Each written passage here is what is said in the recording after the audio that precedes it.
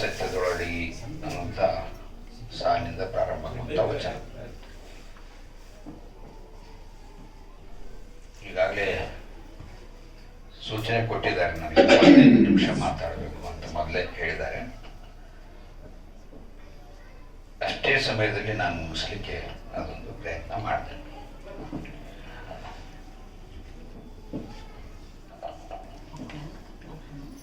ನಿತ್ಯ ಸತ್ಯದೊಳಡಗಿ,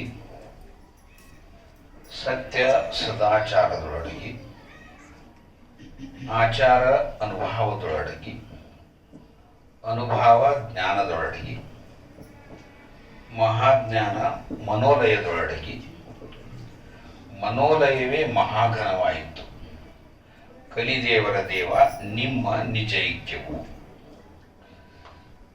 ಇನ್ನೊಮ್ಮೆ ರಿಪೀಟ್ ಮಾಡ್ತೇನೆ. ಇದು ಕೇವಲ ಒಂದು 4-5 ಸಾಲಿನ ಒಂದು ವಚನ. ನಿತ್ಯ ಸತ್ಯದೊಳಡಗಿ, ಸತ್ಯ ಸದಾಚಾರದೊಳಡಗಿ, ಆಚಾರ ಅನುಭವದೊಳಡಗಿ, ಅನುಭವ ಜ್ಞಾನದೊಳಡಗಿ, ಮಹಾಜ್ಞಾನ ಮನೋಲಯದೊಳಡಗಿ, ಮನೋಲಯವೇ ಮಹಾಘನವಾಯಿತು, ಕಲಿದೇವರ ದೇವ ನಿಮ್ಮ ನಿಜ ಐಕ್ಯವು ಅಂತ. ಇದನ್ನ ನೋಡ್ಲಿಕ್ಕೆ ನಮ್ಗೆ ಬಹಳ ಸಿಂಪಲ್ ವಚನ, ಇದು ಬಹಳ ಸರಳ ವಚನ ಅಂತ ನಮ್ಗೆ ಅನಿಸುತ್ತೆ.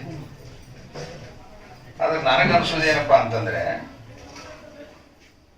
ಇಡೀ ನಮ್ಮ ಲಿಂಗಾಯತ ತತ್ವ ಸಿದ್ಧಾಂತಗಳೇನದವಲ್ಲ, ಅಷ್ಟಾವರಣಗಳು, ಪಂಚಾಚಾರಗಳು ಮತ್ತು ಷಟಸ್ಥಲಗಳು, ಇವು ಎಲ್ಲವೂ ಸೇರಿ ಒಂದು 4-5 ಸಾಲಿನಲ್ಲಿ ಹಿಡಿದಿಟ್ಟಿದ್ದಾರೆ ಮಾಚಿದೇವರು.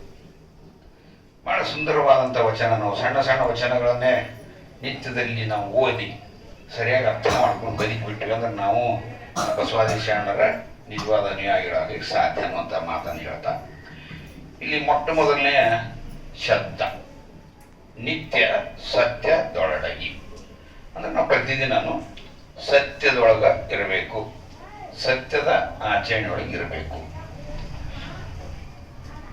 ಸತ್ಯ ಅಂದ್ರೇನು?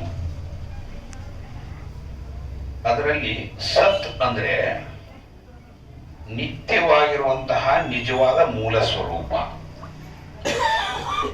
ಮೂಲ ಸ್ವರೂಪ ಅಂದ್ರೆ ಏನು? ನಾವು ಸ್ವಾಭಾವಿಕವಾಗಿ ನಾವು ಭೌತಿಕವಾಗಿ ಮೂಲ ಸ್ವರೂಪ ಅಂತ ಅಂದ್ಕೊಳ್ಳೆ ನಾವು ಮೂಲ ವಸ್ತುಗಳು ಅಂತ ಅನ್ಕೊಳ್ತೀವಿ. ಆದ್ರೆ ಮೂಲ ಸ್ವರೂಪ ಅಂದ್ರೆ ಸೃಷ್ಟಿಕರ್ತ ಪರಮಾತ್ಮ ಅಥವಾ ಪರಶಿವ ಜೊತೆಗೆ ಸೃಷ್ಟಿಕರ್ತನ ಶಕ್ತಿ ಮತ್ತು ಪರಶಿವನ ಶಕ್ತಿ ಅಂತ ಹೇಳಿ ನಾವು ಆ ಸತ್ ಶಬ್ದಕ್ಕೆ ಅರ್ಥವನ್ನ ಕೊಟ್ಟಿದ್ದಾರೆ ಶರಣರು. ಇಲ್ಲಿ ಒಂದು ಸೊಡ್ಡ ಬಾಚರಸರು ಒಂದು ವಚನವನ್ನ ಹೇಳಿದ್ದಾರೆ. ಸತ್ಯ ಅಂದ್ರೆ ಏನು? ಲಿಂಗದೇವನೇ ಕರ್ತ, ಶಿವಭಕ್ತನೇ ಶ್ರೇಷ್ಠ. ನಾ ಇದನ್ನು ಬಿಡಿಸೋದಿಲ್ಲ, ದಯವಿಟ್ಟು, ಬಹಳ ಸರಳ ಇದೆ.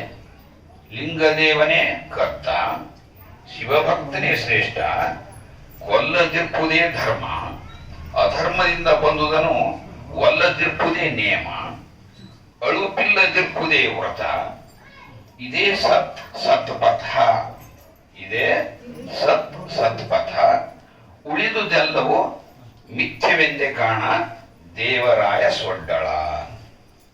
ಬಹುಶಃ ಇದ್ರಾಗ ಎಷ್ಟು ಸರಳವಾಗಿ ಸತ್ಯ ಅಂದ್ರೆ ಏನನ್ನೋದು, ಸತ್ ಅಂದ್ರೆ ಏನು, ಸತ್ಯ ಅಂದ್ರೆ ಬಿಡಿಸ್ಬಿಟ್ಟಿದ.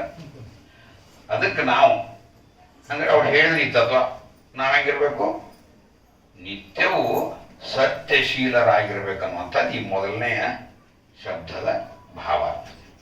ಇನ್ನು ಎರಡನೇದ್ದು ಸತ್ಯ ಸದಾಚಾರದೊಳಗೆ.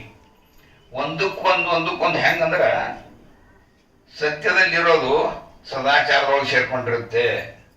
ಸದಾಚಾರ ಅನ್ನೋದು ಅನುಭವದೊಳಗಿರುತ್ತೆ, ಅನುಭವ ಅನ್ನೋದು ಜ್ಞಾನದೊಳಗಿರುತ್ತೆ, ಅಜ್ಞಾನ ಮಹಾಜ್ಞಾನದೊಳಗಿರುತ್ತೆ, ಮಹಾಜ್ಞಾನ ಅನ್ನುವಂಥದ್ದು ಮನೋಲಯದೊಳಗಿರ್ತೈತಿ ಅನ್ನುವಂಥದ್ದು. ಇದು ಒಂದಕ್ಕೊಂದು ಸಂಬಂಧ ಇರುವಂಥ ಶಬ್ದಗಳಿಗೆ. ಇನ್ನು ಸದಾಚಾರ, ನಾನಿನ್ನು ಹೆಚ್ಚು ವಚನಗಳನ್ನ ಉಪಯೋಗ ಮಾಡೋದಿಲ್ಲ, ವಚನದಲ್ಲಿರುವಂತಹ ಆ ಶಬ್ದಕ್ಕೆ ಸಂಬಂಧಪಟ್ಟಂತ ವಾಕ್ಯವನ್ನು ಹೇಳ್ತಾ ಹೋಗ್ತೇನೆ. ಮರುಳಶಂಕರ ದೇವರು ಹೇಳ್ತಾರೆ, ಸನ್ನಿಹಿತದಲ್ಲಿ ಸದಾಚಾರಿಯಾಗಿರಬೇಕು. ಅಂದರೆ ಅಂತರಂಗದಲ್ಲಿ ನಾವು ಸದಾಚಾರಿಗಳಿರಬೇಕು.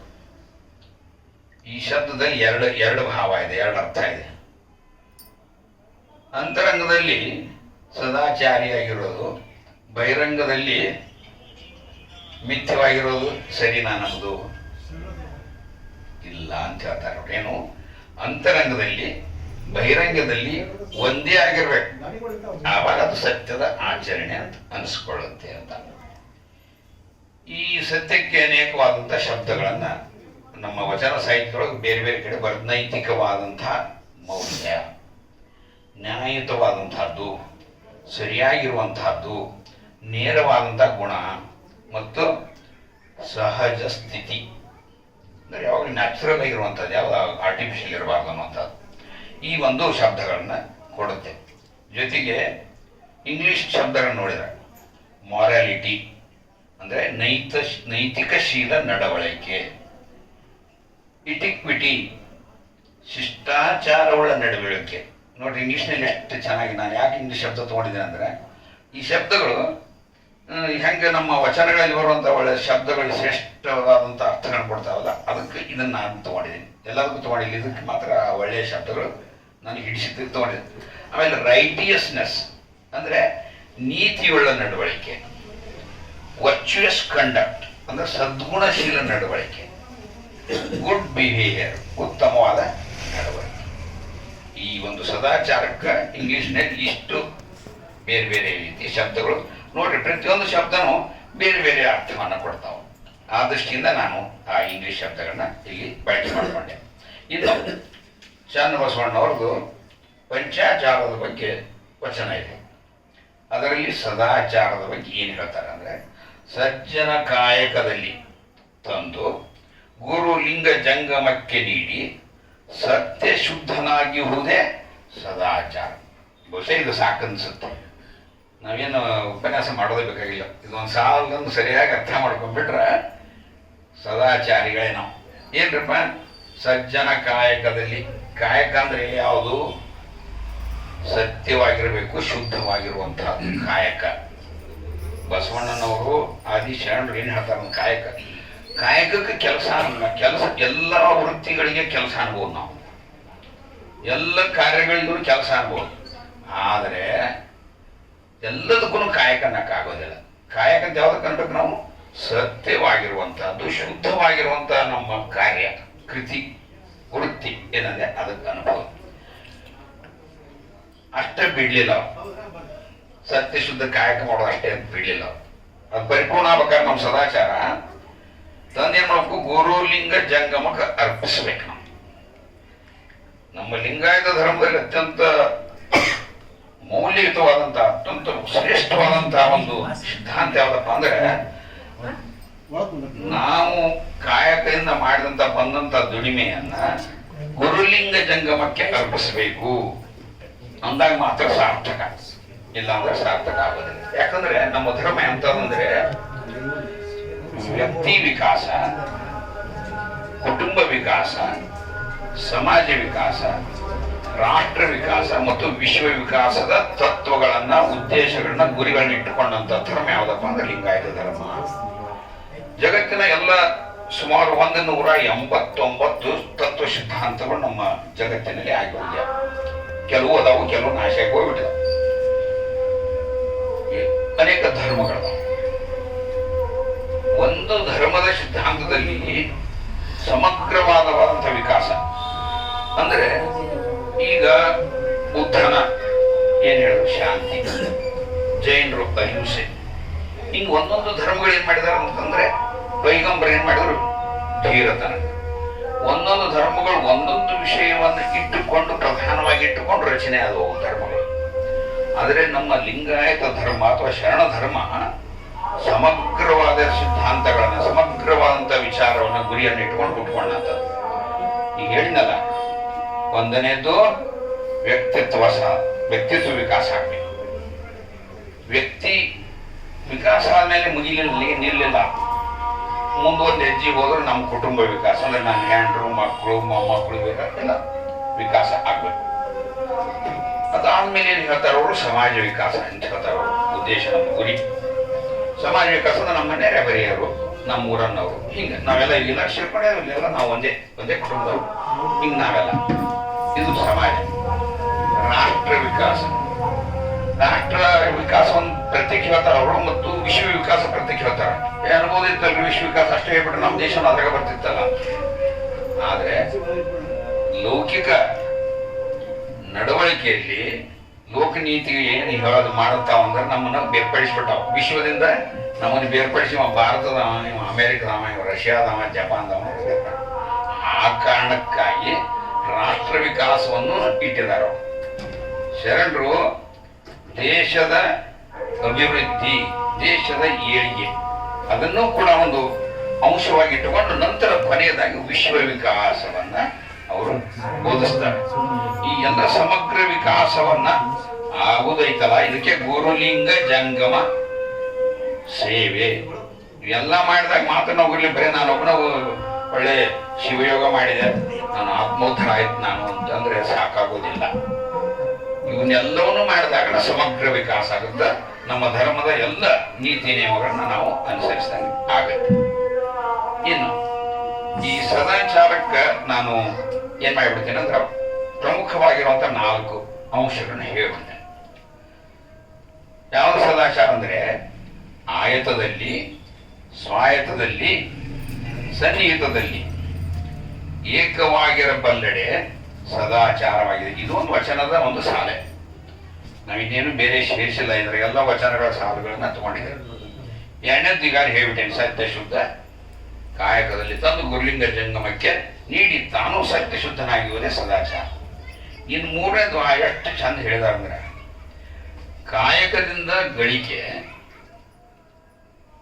ದಾಸೋಹದಿಂದ ಬಳಕೆ. ಸಿಂಪಲ್. ಎಷ್ಟು ನಮ್ಮ ಧರ್ಮ ಎಷ್ಟು ಸರಳ ಐತಂದ್ರೆ ಪಾಲನೆ ಮಾಡ್ಲಿಕ್ಕೆ. ಬೇರೆ ಧರ್ಮಗಳನ್ನು ತಗೊಳ್ಳಿ ನೀವು, ಪಾಲನೆ ಮಾಡ್ಲಿಕ್ಕೆ ನಿಯಮಗಳು ಬಹಳ ಕಷ್ಟದವಾದ. ಆದ್ರೆ ನಮ್ಮ ಸರಳ.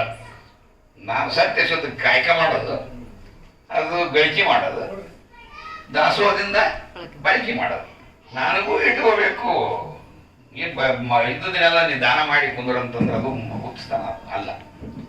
ನಾವು ನಮಗೆ ಎಷ್ಟು ಅಗತ್ಯ ಐತೆ ಬಹಳ ಹೆಚ್ಚು, ಒಂದು ಸ್ವಲ್ಪ ಹೆಚ್ಚಿಗೆ ಇಟ್ಕೋಬೇಕು. ಯಾವ್ದಾದ್ರು ಕಷ್ಟ ಸಂದರ್ಭದಾಗ, ಆರಾಮಿದಾಗ, ಆಸ್ಪತ್ರೆ ಖರ್ಚಿಗೆ ಬಂದಾಗ ಬೇಕಾಗ್ತಾವ. ಒಟ್ಟನ್ನು ಖಾಲಿ ಮಾಡೋ ಅಂತ ಹೇಳೋದಿಲ್ಲ. ನಮಗೆ ಅಗತ್ಯವಿಷ್ಟು ಇಟ್ಟುಕೊಂಡು ಉಳಿದದ್ದನ್ನು ಗುರುಲಿಂಗ ಜಂಗಮ ಸೇವೆಗೆ ಸಲ್ಲಿಸುವಂತ. ಇದನ್ನ ಇನ್ನು ಅದರ ನೀತಿಯೊಳಗೆ ಹೆಂಗೆ ಹೇಳ್ತಾರಂದ್ರ, ಗಳಿಸುವಲ್ಲಿ ನೀತಿ ಇರಬೇಕು, ಬಳಸುವಲ್ಲಿ ವಿಶ್ವ ಪ್ರೇಮ ಇರಬೇಕು. ಇವೆಲ್ಲ ವಚನಗಳು, ಕೆಲವು ವಚನಗಳ ಸಾರ ಇವು. ಇನ್ನ ಒಂದು ವಚನದಲ್ಲಿ ಬರುತ್ತೆ, ನೀ ಕೊಟ್ಟ ದ್ರವ್ಯವ ನಿಮಗಲ್ಲದೆ ಮತ್ತೊಂದಕ್ಕೆ ಮಾಡಿನು. ಎಷ್ಟು ಐತಿ ಗೊತ್ತರ ಅದರಲ್ಲಿ. ಈ ಪ್ರಪಂಚದಲ್ಲಿ ಪರಮಾತ್ಮ ಏನ್ ಕೊಟ್ಟಾನ್ರಿ ನಮ್ಗ? ಏನೇನ್ ಕೊಟ್ಟಾನ್ರಿಪ್ಪ? ಏನೇನ್ ಕೊಟ್ಟಾರ ಗೊತ್ತಾಯಿ? ಗಾಳಿ, ನೀರು, ಬೆಳಕು, ಜಗತ್ತಲ್ಲಿ ಎಲ್ಲಾ ಕೊಟ್ಟಿದ್ದಾನೆ ದೇವರು. ಈ ಮಾತುಗಳು ಬರೀ ಲಿಂಗಾಯತರ ಭಯ ಮಾತ್ರ ಬರಕ್ ಸಾಧ್ಯ, ಬೇರೆದವ್ರ ಮನಕ್ಕೆ ಭಯ ಸಾಧ್ಯ ಇಲ್ಲ.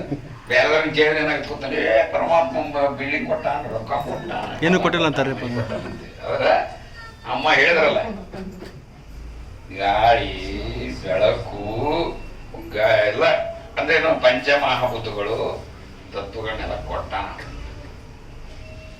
ಅವ ಕೊಟ್ಟಿದ್ದಂದ್ಮೇಲೆ ಅದೇನದು ಪ್ರಸಾದ. ಅದು ನಮಗ ಏನೆಲ್ಲ ಕೊಟ್ಬಿಟ್ಟಾನಲ್ರಿ ಇವತ್ತು.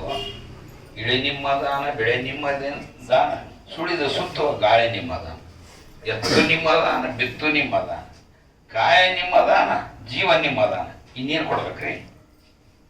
ಹೋಗ್ಲಿ ನಾವು ಅವನ್ನ ಸ್ಮರಣೆ ಮಾಡ್ತೇವ.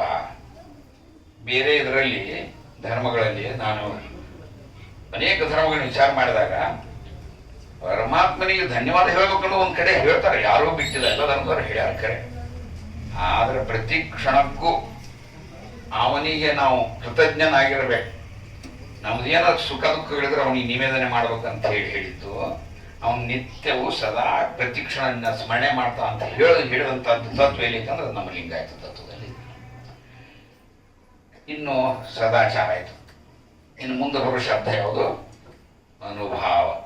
ಸದಾಚಾರ ಅನುಭಾವದೊಳಗೆ ಈ ಸದಾಚಾರ ಏನಾಗ್ಬೇಕಂದ್ರೆ ಅನುಭವದಾಗ ಸೇರ್ಕೊಳ್ಬೇಕು. ಅಂದ್ರೇನು? ಅನುಭವ ಅಂದ್ರೆ ಏನ್ರಪ್ಪ? ಅನುಭವವೆಂತೆಂದರೆ ನಮ್ಮ ಹಿಂದಿನರಿದು ಮುಂದೆ ಲಿಂಗದಲ್ಲಿ ನೋಡುವ ಶರಣರ ಅನ್ನುವಂಥ ಶಬ್ದ ವಚನದಲ್ಲಿ ಬರ್ತದೆ. ಹಡಪದಪ್ಪಣ್ಣವರ ಅನುಭವದ ಬಗ್ಗೆ ಆಯ್ತು ಇರೋದು. ಅನುಭವವೆಂದು ನಡೆದಾಡುತ್ತಿಪ್ಪಿರಿ, ನಿಮ್ಮ ತನುವಿನಿಚ್ಚಿಗೆ ಅನುವಿಗೆ ಬಂದಂತೆ ಬಿನುಗರ ಮುಂದೆ ಬೊಗಳೆಯಾಡುವ ನಿನಗಂದೇ ದೂರ. ಅನುಭವವೆಂತೆಂದರೆ ನಮ್ಮ ಹಿಂದನರಿದು ಮುಂದೆ ಲಿಂಗದಲ್ಲಿ ನೋಡುವ ಶರಣರ ಅಂಗವ ಸೋಕಿ ನಾ ಬದುಕಿದೇನು ಕಾಣ ಬಸವ ಪ್ರಿಯ ಕೂಡಲ ಚನ್ನ ಬಸವಣ್ಣ. ಹಡಪದಪ್ಪಣ್ಣವ್ರು ಎಷ್ಟು ಸರಳವಾಗಿ ಅನುಭವ ಅಂದ್ರೆ ಎಷ್ಟು ಹಿಂದಿನ ನೋಡ್ಬೇಕು ನಾವು. ಭೂತಕಾಲದ ವಿಚಾರಗಳನ್ನು ನಾವೇನೇನು ಕಂಡುಕೊಂಡಿರ್ತೀವಿ ಅವನ್ನೆಲ್ಲ ಅನುಭವಗಳವು. ಅಂದ್ರೆ ಅನುಭವಗಳಂದ್ರೆ ಏನಪ್ಪಾ ಅಂದ್ರೆ ಅವು ಈ ಸದಾಚಾರದಿಂದ ಆಗುವಂತ ಪರಿಣಾಮಗಳು, ಸದ್ವಿಚಾರಗಳಿಂದ ಆಗುವಂತ ಪರಿಣಾಮಗಳೇನದವಲ್ಲ ಹೌದು ಅನುಭವ. ಅನುಭವ ಏನಾರ ತೋರ್ಸಕ್ ಬರ್ತೈತೆ ಯಾರಿಗೆ? ತೋರ್ಸಕ್ ಬರ್ತೈತಿ. ಅದು ಅನುಭವನೇ ಅಂದ್ರೆ ಏನು? ಅನಿಸೋದು. ನಮ್ಮಲ್ಲಿ ಭಾವ ಹುಟ್ಟೋದು. ಏನೇ ಮಾಡಿದ್ರು ಅದಕ್ಕೇನು ಪರಿಣಾಮ ಇರ್ತೈತಲ್ಲ, ಫಲ ಬಂದಿರ್ತೈತಲ್ಲ, ಅದು ಅನುಭವ ಎಲ್ಲ. ಮತ್ತು ಇನ್ನೊಂದು ವಚನ, ಅನುಭವ ಇಲ್ಲ ಅಂದ್ರೆ ಏನೂ ಇಲ್ಲ ನಮ್ಮಲ್ಲಿ ಅಂತ ಹೇಳ್ತಾರೆ. ಅನುಭವವಿಲ್ಲದ ಕ್ರಿಯೆ ಆಚಾರಕ್ಕೆ ದೂರ, ಅನುಭವವಿಲ್ಲದ ಜ್ಞಾನ ವಿಚಾರಕ್ಕೆ ದೂರ. ನಾನೊಂದು ಮಾತನ್ನ ಹೇಳಿದೆ ಈಗ ಇಲ್ಲೇ ವಚನದಲ್ಲಿ. ಅನುಭವವಿಲ್ಲದ ಭಕ್ತಿ ಅರಿವಿಂಗೆ ದೂರ, ಅನುಭವವಿಲ್ಲದ ವೈರಾಗ್ಯ ಅಗಮ್ಯಕ್ಕೆ ದೂರ. ಗುರು ನಿರಂಜನ ಚನ್ನ ಬಸವ ಲಿಂಗವ ನಡಿದರೆ ಅನುಭವವೇ ಬೀಜ ಕಾಣ. ಇದರ ಅರ್ಥ ಏನಂದ್ರೆ ಎಲ್ಲದಕ್ಕೂ ಅನುಭವನೇ.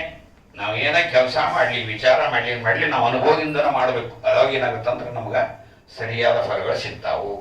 ಸರಿಯಾಗಿ ನಾವು ಮಾಡೋ ಕೆಲಸ ಒಳ್ಳೆ ಕೆಲಸ ಆಗಿ ಪರಿವರ್ತನೆ ಆಗ್ತೈತಿ. ಇದನ್ನು ದೇಶಕ್ಕೆ ಅಂದ್ರೆ ಚನ್ನ ಬಸವಯ್ಯ ಶರಣರು ಹೇಳ್ತಾರೆ. ಇನ್ನು ಈ ಅನುಭವ ಆಯ್ತು.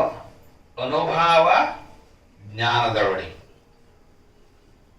ಈ ಜ್ಞಾನಕ್ಕೆ ಬರೋಣ. ಜ್ಞಾನ ಅಂದ್ರೆ ಏನು? ಜ್ಞಾನದ ಮೂಲ ಯಾವುದಪ್ಪ ಅಂತಂದ್ರೆ ಮಾಹಿತಿ, ವಿಷಯಗಳು.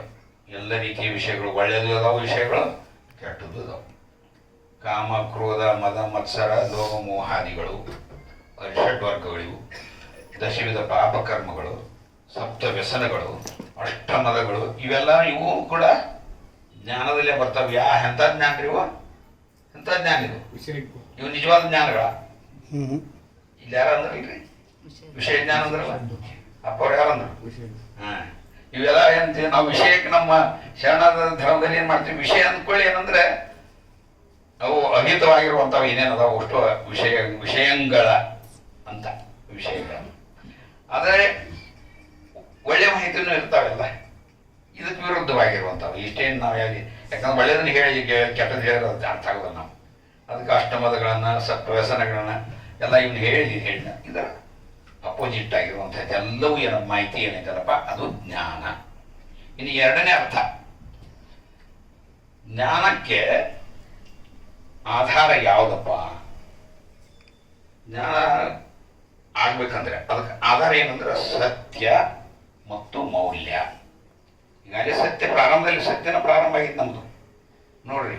ಸತ್ಯಕ್ಕೂ ಅನುಭವಕ್ಕೂ ಜ್ಞಾನಕ್ಕೂ ಸಂಬಂಧ ಇದೆ ಒಂದಕ್ಕೂ.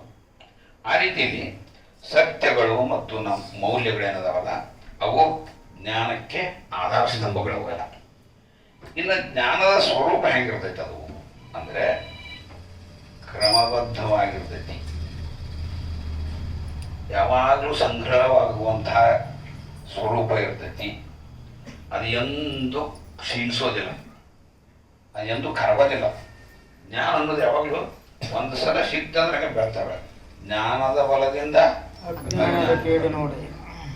ಈಗ ಜ್ಯೋತಿಯ ಬಲದಿಂದ ತಮ್ಮ ಈ ಒಂದು ಜ್ಯೋತಿ ಹಚ್ತೇವೆ. ಹಚ್ಚಿದಾಗ ಕತ್ತಲದಲ್ಲಿ ದೀಪ ಹಚ್ಚಿದ್ರಿ ಕತ್ಲೆಲ್ಲ ಓಡಿ ಹೋಗುತ್ತೆ. ಓಡ್ ಹೋದ್ಮೇಲೆ ಮತ್ತೆ ಕತ್ಲು ವಾಪಸ್ ಬರಕ್ಕೆ ಸಾಧ್ಯ ಇದೆ ದೀಪದಲ್ಲಿ ಇಲ್ಲ. ಅದೇ ಸ್ವರೂಪ. ಜ್ಞಾನ ಕ್ಷೀಣಿಸೋದಿಲ್ಲ. ಒಂದು ಸಾರಿ ಜ್ಞಾನವಂತರಾದ್ವಿ ಅಂತ, ಒಂದು ಸಾರಿ ಜ್ಞಾನ ನಮ್ಮ ಒಳಗೆ ಸೇರ್ಕೊಂಡ್ಬಿಟ್ರೆ, ನಾವು ಜ್ಞಾನಿಗಳಾಗಿಬಿಟ್ರೆ, ಜ್ಞಾನವನ್ನು ಸಂಪಾದನೆ ಮಾಡ್ಕೊಂಡ್ಬಿಟ್ರೆ ಅಂದ್ರೆ ನಮ್ಗೆ ಕ್ಷೀಣ ಅನ್ನೋದಿಲ್ಲ. ಆಚಾರದಲ್ಲಿ ಆಗಲಿ ವಿಚಾರದಲ್ಲಿ ನಮ್ಗೆ ಕ್ಷೀಣಿಸುವಂಥದ್ದು ಇರೋದಿಲ್ಲ. ಇನ್ನು ನಾಲ್ಕನೇದು, ಅದರ ಲಕ್ಷಣ ಹೆಂಗಿರ್ತೈತಿ, ಅದ್ರದ್ದು ವಿಸ್ತಾರ ಹೆಂಗ. ಈ ದೀಪ ಹೆಂಗೈತಿ ಅದು, ಎಲ್ಲಿವರೆಗೆ ಐತಿ ಅದ್ರದ್ದು ವಿಸ್ತಾರ, ಎಲ್ಲಿವರೆಗೆ ಐತದ. ನಾವು ರಾತ್ರಿ ಇಲ್ಲಿ ಇಟ್ಟು ಅಂದ್ರೆ ಇಲ್ಲಿ ಅಷ್ಟೇ ವಿಸ್ತಾರ ಆಗತ್ತದ. ಬಟ್ ಏನು ಸಿಗದಲ್ಲಿ ಅಲ್ಲಿ ಹೋಗುತ್ತದು ವಿಸ್ತಾರ, ಅನಂತವಾಗಿ ಹೋಗುತ್ತದ ಬೆಳಕು. ಹೊರಗೆ ಇಟ್ಬಿಟ್ರಂತೂ ಆಕಾಶದಲ್ಲಿ ಎಲ್ಲಿವರೆಗೆ ಸಾಧ್ಯತೆ ಅಲ್ಲಿವರೆಗೆ ಹೋಗುತ್ತೆ, ಅನಂತವಾಗಿರುವಂತಹದ್ದು ಅದು. ಇನ್ನು ಎರಡನೇದ್ದು, ಶಾಶ್ವತವಾಗಿರುವಂತಹದ್ದು ಬೆಳಕು. ಜ್ಞಾನ ಅನ್ನೋದು ಇದು ನಶಿಸಿ ಹೋಗುವಂಥದ್ದು ಅಲ್ಲ, ಶಾಶ್ವತವಾಗಿರುವಂತಹ ಬೆಳಕದು ನಮಗೆ. ಅದಕ್ಕೆ ಅಂತರ್ಚಕ್ಷು ಅಂತ ಹೇಳ್ಕೊಂತೇವೆ, ಅಂತರ್ಜ್ಞಾನ ಅಂತ ಹೇಳ್ಕೊಂತೇವೆ, ಅಂತರಂಗ ಪರಿಶುದ್ಧಿ ಅಂತ ಹೇಳ್ಕೊಂತೇವೆ ನಾವು. ಇವೆಲ್ಲವೂ ಅದಕ್ಕೆ ಪೂರಕವಾದಂಥ ವಿಷಯಗಳು. ಇನ್ನು ಇಲ್ಲಿ ವಚನದಲ್ಲಿ ಒಂದ್ಸಾರಿ ಜ್ಞಾನ ಅಂತ ಹೇಳ್ತಾರಲ್ವ, ಮುಂದೆ ಮಹಾಜ್ಞಾನ ಅಂತ ಬಳಕೆ ಮಾಡ್ತಾರ. ಅನುಭವ ಜ್ಞಾನದೊಳಗೆ, ಆಮೇಲೆ ಮಹಾಜ್ಞಾನ ಮನೋಲಯದೊಳಗೆ ಅಂತ ಹೇಳ್ತಾರ ಮುಂದಿನ ಸಾಲಿನಾಗ. ಹಂಗಾರೆ ಜ್ಞಾನಕ್ಕೂ ಮಹಾಜ್ಞಾನಕ್ಕೂ ಅಂತರ ಏನು? ಯಾರಾದ್ರೂ ಹೇಳ್ತೀರ ದಯವಿಟ್ಟು? ಬಹಳ ಸಿಂಪಲ್ ಆಯ್ತದ. ಜ್ಞಾನ ಅಂದ್ರ ನಮ್ಮಲ್ಲಿರುವಂತ ಜ್ಞಾನ. ಮಹಾಜ್ಞಾನ ಅಂದ್ರೆ ಪರಮಾತ್ಮನಲ್ಲಿರುವ ಜ್ಞಾನ, ಪರಮ ಜ್ಞಾನ, ಪರಮ ಪ್ರಜ್ಞೆ, ಉತ್ಕೃಷ್ಟ ಪ್ರಜ್ಞೆ ಅಂತ, ಸೂಪರ್ ಕಾನ್ಶಿಯಸ್ನೆಸ್, ಸುಪ್ರೀಂ ಕಾನ್ಶಿಯಸ್ ಅಂತ ಹೇಳ್ತೇವೆ ನಾವು ಇಂಗ್ಲಿಷ್ನಲ್ಲಿ. ಪರಮಜ್ಞಾನ. ಜ್ಞಾನ ಅನ್ನುವಂಥದ್ದು ನಮ್ಮ ವ್ಯಕ್ತಿಯ ಒಳಗೆ ಇರುವಂತಹದ್ದು. ಮಹಾಜ್ಞಾನ ಅಂದ್ರೆ ಪರಮಾತ್ಮನಲ್ಲಿ ಇರುವಂತಹದ್ದು ಅಷ್ಟೇ. ಎರಡೂ ಬೇರೆ ಬೇರೆ. ನಾವು ಎರಡು ಜ್ಞಾನ ಮಹಾಜ್ಞಾನ ಬೇರೆ. ನಮ್ಮ ಹತ್ರ ಇರೋದು ಸ್ವಲ್ಪ ಇರುತ್ತೆ, ನಿಮ್ಮ ಹತ್ರ ತಗೊಂಡಾಗ ಜಾಸ್ತಿ ಆಗ್ತದೆ. ನಮ್ಮಂತ ಕಾಲ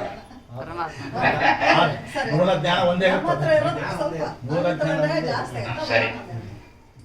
ಈಗ ಬೇರೆ ಬೇರೆ ಇರ್ತಾವ ನಾ ಪ್ರಶ್ನೆ ಮಾಡಿ. ಒಂದೇ ಇರ್ತಾರ ಒಂದು ದೃಷ್ಟಾಂತ ಕೊಡ್ರಿ. ಹಂಗಾರ ನನ್ಗೆ ತೋರ್ಸ್ರಪ್ಪ. ಸಮುದ್ರದ ನೀರು, ಅದು ಸಮುದ್ರದ ನೀರು ಅದು ಒಂದು ಬಿಂದಿಗೆಯಲ್ಲಿ ತುಂಬ್ಕೋಬೇಕಾದ್ರೆ ಅದು ಕ್ವಾಲಿಟಿ ಒಂದೇ ಇರುತ್ತೆ, ಕ್ವಾಂಟಿಟಿ ಬೇರೆ ಆಗುತ್ತೆ. ಹಂಗಾಗಿ ಎರಡು ಒಂದೇ ಅಂತ.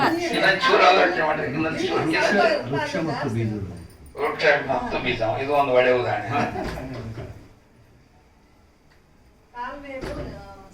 ನೀವ ಹೇಳಿದಲ್ಲಮ್ಮ, ದೇವ್ರೇನೇನು ಕೊಟ್ಟಾನ ಅಂತ ಹೇಳಿರಲ್ಲ.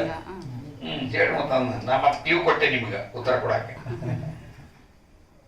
ಈಗ ನಿಮ್ಗೊಂದು ಸರಳವಾದಂತ ಒಂದು ಪಂಚಮಭೂತಗಳಿಂದ ದೃಷ್ಟಾಂತ ಸರಳವಾಗಿರುವಂತ.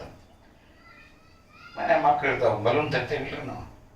ಬಲೂನ್ ತಂದು ಏನ್ ಮಾಡ್ತೀವಿ ಅಂತ ದೊಡ್ಡದಾಗಕ್ಕ ಊದ್ತೀವಿ. ಎಲ್ಲಿಂದ ಬರ್ತದೆ ಅದು ಊದು? ಗಾಳಿ ನಮ್ಮಿಂದ ಒಳಗಿಂದ ಬರುವಂತ, ಆತ್ಮದಿಂದ ಬರುವಂತ ಒಂದು ಆತ್ಮದಿಂದ ಬರ್ತದೆ.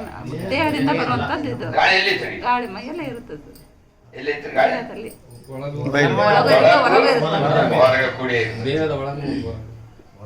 ಪ್ರತಿ ಕಣದೊಳಗೈತದು, ಹೊರಗೆ ಒಳಗೆ ಕುಡಿ. ಗಾಳಿ ತುಂಬ್ತೀವಿ. ಗಾಳಿನ ಏನ್ ಮಾಡೋಣ? ಜ್ಞಾನ ಅಂತ ಅನ್ಕೋಣ. ಇದು ಗಾಳಿನ ಮಹಾಜ್ಞಾನ. ಅದ್ರ ಒಳಗೆ ತುಂಬುತ್ತೇನ ನೀವು ಹೇಳಿದ್ರಿ, ಹೊಡೆದ ನೀರು ತುಂಬುತ್ತೆ ಇಷ್ಟ ಆಗತ್ತ. ಹಂಗ ಇದು ಬೇರೆ ಏನಲ್ಲ. ಇದ್ರೊಳಗೆ ಹಾಕಿದ ಕೂಡ ಏನಾಗುತ್ತದ? ಸೀಮಿತ ಆಗಿರ್ತದ. ಅದನ್ನ ಹಂಗೆ ಇಟ್ಟು ಬಿಡ್ರಿ. ಆಟ ಆಡ್ಲಿ, ಹಂಗೆ ಇಟ್ಬಿಡೋಣ. ನಾನು ಏನಾಗುತ್ತೆ ಹೇಳ್ರಿ? ಹೆಣ್ಮಕ್ಳಿಗೆ ಗೊತ್ತಿರ್ತದೆ ಚೆನ್ನಾಗಿದೆ. ಹುಡುಗರು ಆಡ್ಲಾರ್ದು ಇಟ್ರೆ ಏನಾಗುತ್ತ? ಮತ್ತೆ ಮೆಲ್ಲಕ್ಕ ಹೆಂಗ್ ಹೋಗುತ್ತೆ ಅದು? ಹೆಂಗ್ ಹೋಗುತ್ತೆ ಹೇಳ್ರಿ? ನಿಧಾನ ಹೋಗ್ತಾರೆ. ಇಲ್ಲಿ ಹೋಗಕ್ಕದ ಹೋಗ್ತೈತಿ ಒಟ್ಟ. ಇದು ಅನುಭವ ಹೋಗ್ತೈತಿ ಅನ್ನೋದು ಗೊತ್ತೈತಿ ನಮಗೆ. ಹೆಂಗ್ ಹೋಗ್ತೈತಿ ಅಂತ ಆಲೋಚನೆ ಮಾಡ್ಬೇಕಷ್ಟೇ, ಏನಿಲ್ಲ. ಅದಕ್ಕೊಂದು ಇನ್ನೊಂದು ಉದಾಹರಣೆ ಕೊಡ್ತೇನೆ.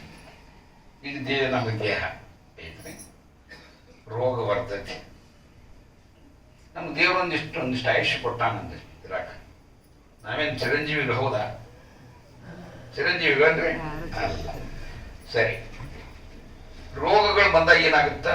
ಈಗ ಅವ 80 ವರ್ಷ ಆಯುಷ್ ಕೊಟ್ಟಾನಂತ ಅನ್ಕೊಂಡ್ರಿ. ಈಗ 40 ವರ್ಷನಾಗ ಇರ್ತೇನೆ. ಅವಾಗ ಯಾವುದೋ ಒಂದು ರೋಗ, ಹೃದಯ ರೋಗ ಅನ್ರಿ, ಮೂತ್ರಪಿಂಡ ರೋಗ ಅನ್ರಿ, ಅದು ದೇಹದ ಒಂದು ಯಾವುದೋ ಒಂದು ಪ್ರಾಣಾಂತಿಕವಾದಂಥ ರೋಗ ಬರ್ತೈತಿ. ಅವಾಗ ಏನಾಗುತ್ತಾ? ಏನು ಬರ್ತೈತಿ ನಾವು ರೋಗ? ಮರಣ ಬರ್ತೈತಿ. ಎರಡು ಸಿಂಪಲ್ ಆಗಿ ರೋಗ ಬಂದು ಗಂಭೀರವಾದ ರೋಗ ಬಂದಾಗ ಏನಾಗುತ್ತ? 80 ವರ್ಷ ಆಯುಷ್ಯ ಐತೆ ಅಂತ ಅನ್ಕೊಂಡ ಅದನ್ನ, ಅದು ಅವನಿಗೆ ಬಲ್ಲ ಅದು. ಆದ್ರೆ ನಾವು ಈ ದೃಷ್ಟಾಂತಕ್ಕೆ ತಗೊಂಡಾಗ ರೋಗ ಬಂದು ಸಾಯುವಂತಹದ್ದು ಏನೈತಲ್ಲ, ಅದು ಬಲೂನಿಗೆ ಒಂದು ಸೂಜಿ ತಗೊಂಡು ಚುಚ್ಚಿ ಬಿಟ್ರೆ ಒಡೆದು ಹೋಗುತ್ತ. ಆದರೆ ಅದನ್ನ ಒಡಿಲಾರ್ದ ಹಂಗ ಇಟ್ರ ಮ್ಯಾಲಿನ ರಬ್ಬರ್ ಮೆತ್ತಗಾಗಿ ಉಷ್ಣ ಶೀತ ಇರ್ತಾವಿಲ್ಲ ಇಲ್ಲಿ ವಾತಾವರಣದಾಗ, ಅದು ಉಷ್ಣ ಶೀತ ಅದು ಪರಿಣಾಮ ಆಗಿ ಏನಾಗುತ್ತ? ತನ್ನ ಗಡಸುತನವನ್ನು ಕಳ್ಕೊಂತೈತಿ. ಮೆದು ಆಗಿ ಅದು ಹಿಗ್ಗಿರ್ತೈತೆ. ಅದು ಆಕ್ಚುಲಿ ಅದು ತನ್ನ ಕ್ರಮೇಣವಾಗಿ ಮುದುರ್ಕೊಂಡು ಬಿಡ್ತೈತೆ. ಅದು ಗೊತ್ತಾತಲ್ಲ ನಿಮ್ಗೆ? ಅರ್ಥ ಆಗ್ತಿಲ್ಲ? ನಾವು ಒಡೆದಾಗೆ ನಾವಾಗಿ ಹೊಡೆಯೋದು ಅಂದ್ರೆ ನಾವು ರೋಗ ತಂದುಕೊಂಡು ಸಾಯೋದು. ಇಲ್ಲಿ ಒಳಗಿರೋದು ಜ್ಞಾನ, ಹೊರಗಿರೋದೆಲ್ಲ ಮಹಾಜ್ಞಾನ. ಗೊತ್ತಾಯ್ತಲ್ಲ? ಮಹಾಜ್ಞಾನ ಅನ್ನೋದು ಎಲ್ಲ ಕಡೆನೂ ಇರ್ತೈತೆ. ಎಲ್ಲ ಸಕಲ ಜೀವರಾಶಿಗಳನ್ನು ನಮ್ಮನ್ನು ಬದುಕಿಸುತ್ತ ನಮ್ಗೆ ಹಿತವನ್ನ ಮಾಡ್ತೈತೆ. ಆಯ್ತು, ಜ್ಞಾನ ಆಯ್ತಲ್ರೆ. ಇನ್ನ ಜ್ಞಾನದಲ್ಲಿ ಅನೇಕ ಜ್ಞಾನಗಳು. ಒಂದನೇದು ಇಂದ್ರಿಯಾರ್ಥ ಜ್ಞಾನ. ಅಂದ್ರೆ ಏನು? ಕಣ್ಣು, ಮೂಗು, ಕಿವಿ, ಬಾಯಿ ಇಂದ್ರಿಯಗಳದಾವಲ್ಲ, ಅದರಿಂದ ಉಂಟಾಗುವಂಥ ಜ್ಞಾನ. ಎರಡನೇದು ಸತ್ಯ ಜ್ಞಾನ ಮತ್ತು ಶಿವಜ್ಞಾನ. ಆ ಪರಮಾತ್ಮನ ಇರುವಿಕೆಯನ್ನು ನಾವು ಯಾವಾಗ ಅರ್ಥ ಮಾಡ್ಕೊಳ್ತೀವಿ, ಅವ ಹೆಂಗದಾನ ಅಂತೇಳಿ ಅವನ ಸ್ವರೂಪವನ್ನು ಅರಿತುಕೊಳ್ತೇವ, ಅದು ಅಡಿಕೆ ಅರಿಯುವಂಥ ಜ್ಞಾನ ಸತ್ಯ ಜ್ಞಾನ. ಅದು ಯಾವಾಗ ಅದೇನು ಚೇಂಜ್ ಆಗೋದಿಲ್ಲ. ಇನ್ನು ಯೋಗ ಪ್ರತ್ಯಕ್ಷ ಜ್ಞಾನ, ಇದೇ ಇಂಪಾರ್ಟೆಂಟ್ ನಮ್ಮ ದಿನನಿತ್ಯವಾಗಿ. ಯೋಗ ಪ್ರತ್ಯಕ್ಷ ಜ್ಞಾನ ಯಾವಾಗ ಬರ್ತೈತೆ ನಮ್ಗೆ? ಶಿವಯೋಗ ಮಾಡೋದ್ರಿಂದ ಬರುತ್ತೆ. ಲಿಂಗಾಂಗ ಸಾಮರಸ್ಯವನ್ನು ನಾವು ಅನುಭವಿಸಿದಾಗ ಆಗುವಂಥದ್ದು ಏನೈತಲ್ಲ, ಅದು ಯೋಗ ಪ್ರತ್ಯಕ್ಷ ಜ್ಞಾನ. ಅದನ್ನು ಶಿವಯೋಗ ಪ್ರತ್ಯಕ್ಷ ಜ್ಞಾನ ಅನ್ಕೋಬಹುದು ನಾವು. ಇಲ್ಲಿ ಇಂದ್ರಿಯಗಳಿಂದ ಬರುವಂತಹದ್ದು ಜ್ಞಾನ, ತಿಳುವಳಿಕೆ ಏನಿದೆಯಲ್ಲ, ಇಂದ್ರಿಯಗಳನ್ನು ನಿಗ್ರಹಿಸುವಂತಹ ತಿಳುವಳಿಕೆ ಇದ್ರೆ ಅದು ಜ್ಞಾನ. ಇಂದ್ರಿಯಗಳನ್ನು ನಿಗ್ರಹಿಸಿ ಶುದ್ಧೀಕರಿಸುವುದು ಮಹಾಜ್ಞಾನ. ಇದು ನೋಡ್ರಿ, ಅಂತರ ಹೇಳ್ತಾ ಇದ್ದೀನಿ. ನಮ್ಮ ಆತ್ಮ ಜ್ಞಾನವಾದರೆ ಪರಶಿವನು ಮಹಾಜ್ಞಾನ. ಒಂದೇನು? ಇಂದ್ರಿಯಗಳಲ್ಲಿ ಇಂದ್ರಿಯ ಮುಖ ಅಂತ ತಿಳಿಯುವಂಥದ್ದು ಜ್ಞಾನ ಆಗುತ್ತೆ. ಇಂದ್ರಿಯಗಳನ್ನ ನಿಗ್ರಹಿಸುವುದೇ ಶಕ್ತಿ ಐತಲ್ಲ, ಅದು ಏನು? ವಿಶ್ವಶಕ್ತಿ, ಅದು ಮಹಾಜ್ಞಾನ ಅಂತ ಅನ್ನುವಂಥದ್ದನ್ನು ತಿಳ್ಕೋಬೇಕು. ಇನ್ನು ಬಹಳ ಮಹತ್ವದ ತಗೊಂಬರ್ತಾ ಇರೋ ಶಾಂಡ್ರು ನಮ್ಮ ಎಷ್ಟು ಟೈಮ್ ಐತಪ್ಪ? ಇನ್ನು 10 ನಿಮಿಷ ಮುಗಿತೈತೆ. ಒಳ್ಳೆ ಘಟ್ಟಕ್ಕೆ ತಂದು ನಿಲ್ಲಿಸ್ಬಿಡ್ತಾರೆ ಇಲ್ಲಿ. ಮಹಾಜ್ಞಾನ ಮನೋಲಯದೊಳಡಗಿ. ಮನೋಲಯ ಅಂದ್ರೆ ಏನು ಹೇಳಿ? ನೀವ ಹೇಳಬೇಕು. ಮನೋಲಯ ಮನಸ್ಸು ಇರಲಾರ್ದು, ಮನಸ್ಸಿಗೆ ಇರದೇ ಇರುವಂತ. ಮತ್ತೆ ಹೇಳ್ತಾರೆ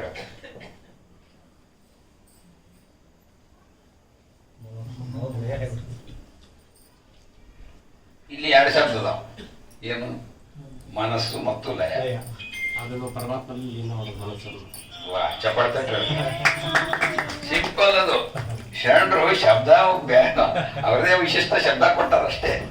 ಅದ್ರಾಗ ನಾವು ಅರ್ಥ ಇಟ್ಕೊಂಡ್ಬಿಟ್ಟಿವಿ ಅಂದ್ರೆ ಅರ್ಥ ಇಸ್ಕೊಂಡ್ಬಿಟ್ರೆ ವಾಸಳ. ಮನಸ್ಸನ್ನು ಎದಕ್ಕೆ ಹೋಲಿಸ್ತೇವ್ರಿ ನಾವು? ಮಂಗ ಹೋಲಿಸ್ತೇವೆ. ಯಾಕ್ರಿ? ಅದು ಒಂದ್ ಕಡೆಯಿಂದ ಇನ್ನೊಂದು ತಿಕ್ಕೊಂತ ಹೋಗ್ತಿರ್ತೈತೆ, ಹತ್ತು ಬಿಟ್ಟದ ಎಳಿತಿರ್ತೈತೆ, ಹೇಳ್ಕೊಂಡು ಹೋಗ್ತಿರ್ತೈತೆ. ಅದನ್ನ ನಿಲ್ಲಿಸ್ಬೇಕಂದ್ರೆ ಏನ್ ಬೇಕು? ಸಾಧನೆಯನ್ನು ನಮಗ ಏನ್ರಿ? ಸಾಧನೆ ನಮ್ಗೆ ಇಷ್ಟಲಿಂಗ ಕೊಟ್ಟ ಅರ್ಥ. ಯಾವಾಗ ಮನಸ್ಸನ್ನು ನಿಯಂತ್ರಿಸಿ ಆ ಪರಮಾತ್ಮದಾನ ಅನ್ನುವಂತಹದ್ದು ಏನು ಭಾವ ಬರ್ತಲ್ಲ ನಮಗೆ, ಅದು ಮನೋಲಯ. ಅಂದ್ರೆ ಮನಸ್ಸು ಮಹಾಘನ ಅಂದ್ರೆ ಅವನು ಪರಮಾತ್ಮ ಪರಶಿವ. ಆ ಪರಶಿವನಲ್ಲಿ ಅದಾನ ಅನ್ನುವಂಥ ಸತ್ಯವನ್ನು ಅರಿಯೋದು. ಆಮೇಲೆ ಈ ಮನಸ್ಸನ್ನು ನಾವು ಅದ್ರಾಗ ಇರಿಸಿಬಿಟ್ಟಿವಿ ಅಂದ್ರೆ ಆ ಮನಸ್ಸಿನ ಚಂಚಲತೆ ಕಳ್ಕೊಂತೀವಿ ಅನ್ನುವಂಥದ್ದು. ಅಥವಾ ಇನ್ನೂ ಸರಳ ಹೇಳ್ಬೇಕಂದ್ರೆ ಅಂಗ ಗುಣಗಳನ್ನ ಕಳ್ಕೊಳ್ಳೋದು, ಲಿಂಗ ಗುಣಗಳನ್ನ ಮೈಗೂಡಿಸ್ಕೊಂಡ್ಬಿಟ್ಟು ಬಿಟ್ರೆ ಇದು ಮನೋಲಯ ಸ್ಥಿತಿ. ಗೊತ್ತಾಯ್ತಲ್ಲ? ಇಲ್ಲಿ ಏನು ಅನುಮಾನ ಐತೆ? ಯಾಕಂದ್ರೆ ಮನೋಲಯನೇ ಅರ್ಥ ಆಗಲ್ಲ ಈ ವಚನದಲ್ಲಿ. ಸರಿ, ಇನ್ನು ಮನೋಲಯ ಮುಗೀತಿ. ಮುಂದೇನು ಬಂದ್ರಿ? ಮನೋಲಯವೇ ಮಹಾಘನವಾಯಿತು. ಬಂದ್ಬಿಡ್ತಿ ಗುರಿಗೆ, ಗುರಿ ಮುಟ್ಟಿ ನಾವು. ಅದಕ್ಕೆ ಮನೋಲಯ ಕೊನೆಗಿಡ್ತ ಇರೋದು. ಮನಸ್ಸು ಸ್ಥಿರವಾಗಿ ಬಂದು ನಿಂತು ಬಿಡ್ತೈತಿ. ಅವಾಗ ಪರಮಾತ್ಮನಲ್ಲಿ ಬಂದು ಅವನ ದರ್ಶನ ಮಾಡ್ಕೊಂಡು ನಿಲ್ತೈತೆ. ಅದು ಅಂದ್ರೆ ಅವನಲ್ಲಿ ಏಕೀಕರಣ ಆಗುತ್ತ. ಆವಾಗ ಮಹಾಘನವಾಯಿತು. ಮಹಾಘನ ಅಂದ್ರೆ ಏನು? ಮಹಾಘನ ಏನು? Simple word. ಮಹಾಘನ ಅಂದ್ರೆ ಒಂದ ಅಕ್ಷರದನ. ಇದಕ್ಕೇನು ವಿವರಣೆ ಇಟ್ಕೊಂಡಿಲ್ಲ. ಮುಂದೆ ಯಾವ್ದಿಲ್ಲ ಅಂತ ಮಹಾಗಂಧ ಮುಂದೆ ಮತ್ತೆ ಯಾವ್ದಿಲ್ಲ, ಅದೇ ಕೊನೆ. ಶಬಾಷ್, ಭಾಷೆ ಅಂತ ಹೇಳಿದ್ರು ಅವರು. ಮಹಾಗಣ ಅಂದ್ರೆ ಮುಂದೆ ಏನಿಲ್ಲ. ಅದಕ್ಕೆ ಯಾರು? ವಿಶ್ವಾತ್ಮ, ಪರಶಿವ, ಪರವಸ್ತು, ಪರಬ್ರಹ್ಮ ಏನೇ ಹೇಳ್ತಿಲ್ಲ, ಇವೆಲ್ಲವೂ ಮಹಾಗಣನೆ. ಮಹಾಗಣ ಅನ್ನುವಂಥ ಶಬ್ದ ಮಹಾಲಿಂಗ. ಆದ್ರೆ ಇವೆಲ್ಲ ಪರ್ಯಾಯ ಶಬ್ದಗಳು ಪರಮಾತ್ಮನಿಗೆ. ಇನ್ನು ಕೊನೆಗೆ ಮಹಾಗಣವೇ ಕೊನೆಯ ವಾಕ್ಯ.